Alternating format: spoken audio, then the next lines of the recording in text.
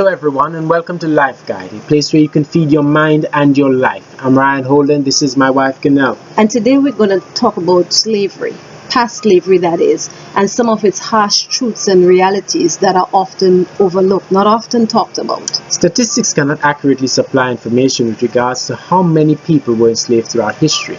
It is said, for example, that 12.5 million blacks were enslaved, but some estimates put it 4, even 5 times higher. No one really knows for sure. They were taken from their countries, their cultures were destroyed, their families were ripped apart, the women were raped, the men were also raped by the slave owners, but you don't hear a lot of talk about that. No, you don't. They were totally emasculated. They were beaten, they were burnt, they were hanged.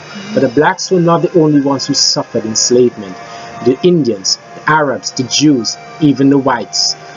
But the interesting thing is that blacks were the ones who were enslaved for the longest period of time, in excess of 400 years, some writings state, and were the most maltreated. And the thing about it is that the residual effects, the vestiges of slavery, still are upon the black community today. Oh yes, they still do linger on. And the bottom line reason for slavery was economic gain. That is what it came down to. You see, cheap and free labor is the thing that actually undergirded the affluent or relatively affluent lifestyles of the slave masters themselves. And of course, they were reluctant to do the arduous task associated with field and housework. So slave labor at that time became a timely and perfect convenience for them. Slavery was unconscionable, a brutal system. I mean, I can't even imagine living during those times. But you know something, at the very core of slavery lay selfishness, total and blatant disregard for the well-being of the slaves. And selfishness is directly linked to fear. Oh yes, it is. Disregard is fear of losing all that they had. Really, it's quite interesting to note something, that one of the things that they used to justify slavery, and it's beyond me how they did it, were the ancient historical biblical writings. I don't know how they managed to misinterpret those writings, but they did. They said that the God of the Bible endorsed slavery. But what they didn't understand, that the general principle back then was that a servant, not really a slave, a servant was to serve his master for a period of 7 years and then released in a time called the year of Jubilee. In the New Testament aspect of those writings, when the Christ principle and Christ consciousness was being established, the servants were told to do work well for their masters honestly, and the masters in turn were to treat them humanely. Now, what was being promoted was a system of equality. They couldn't just dismantle that system immediately back then. They had to do it gradually, because the owners and the servants would have entered into economic chaos. Now, if you remove the pillars off from beneath a building, the building will crumble. So they had to do it gradually. There's no way that these two things could have been compared. But when pressure came and light came and they could no longer validate slavery using the biblical writings, they turned to something even more heinous. They said that blacks were inherently biologically inferior, and therefore it was justifiable to enslave them. And that is nothing short of warped reasoning. Yeah, definitely. Because equality is a fundamental principle of humanity. Exactly. Look, we may ask ourselves the question, why has slavery continued for thousands of years, through the millennia? 2 reasons: economic power and military might. Listen to this. Any people group who has economic power and military might that exceeds that of any other people group nearly always seeks to enslave those of lesser economic power and military might. It normally starts with the individual or individuals who possess such, and it's always for their own self-aggrandizement, for dominance, and which leads right back to fear again. Of course, we can't deny the fear factor here, because fear is the thing that drives them to think that, oh, if we don't control natural resources, we won't have enough ourselves. If we don't dominate, we will be dominated. So it all can be traced back to fear. Let's unmask a dark truth about slavery. Let us travel beyond the surface of physical slavery and understand the bedrock of its sinister operation. As macabre as physical slavery was and is, when a person's physical body is enslaved, it does not stop there. Because as long as one succeeds in enslaving another physically, they automatically enslave their gifts, talents, ideas, wisdom, and inventions. Can you imagine the multiplied millions of ideas and wisdom and gifts and talents and inventions that this planet and humanity has been robbed of because of slavery? Yeah. Could it be that one of the slaves or even the slave owners back then, if they were functioning in their right purpose or destiny, could it be that one of them could have invented something that could have traveled as fast as the speed of light? Or one of them could have discovered more natural forms of energy that we could have been using today? Or maybe one of them might have even been the vanguard of some major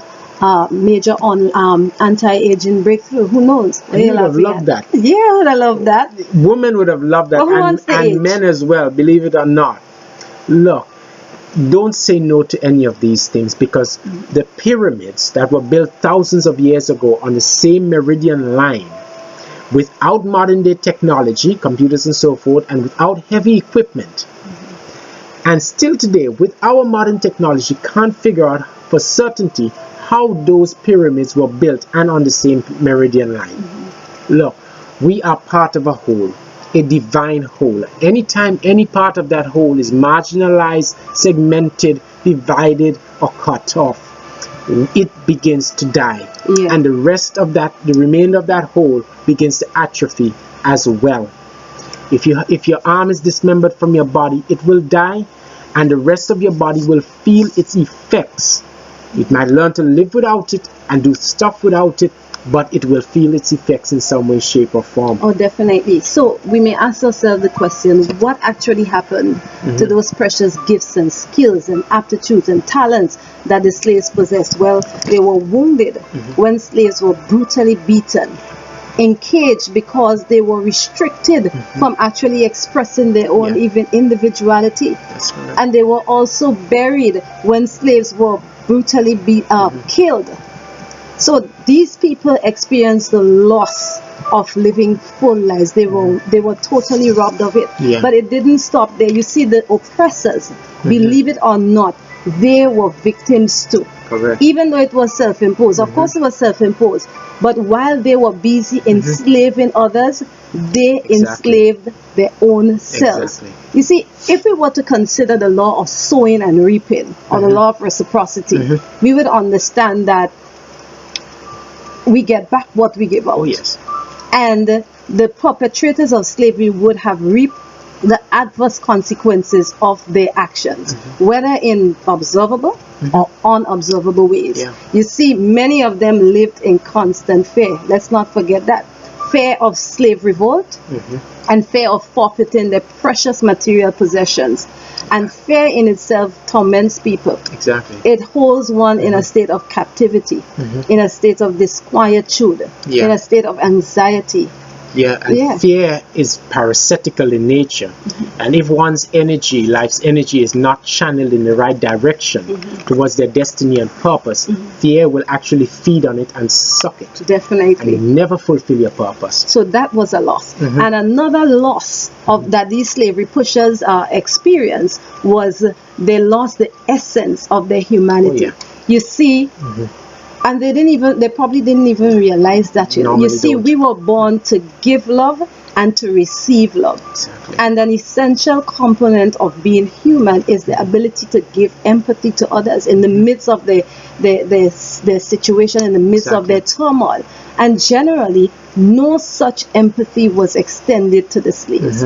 Whether it was felt or not, it was not given, probably because of conflict of interest, where personal interest was at variance with moral obligation, and of course personal interest won out in the end. You see, slavery left some really terrible scars, Some indelible scars, indelible scars upon the world. The slave owners, not only did they reap the consequences, but they passed them down to their posterity or their descendants. And the enslaved, because they were psychologically tormented, because they were in this state of turmoil, they passed down psychological turmoil. That's correct. To their posterity or to their descendants. You can't get away from it. I like to say that you pass down, it comes through your spiritual and physical genes.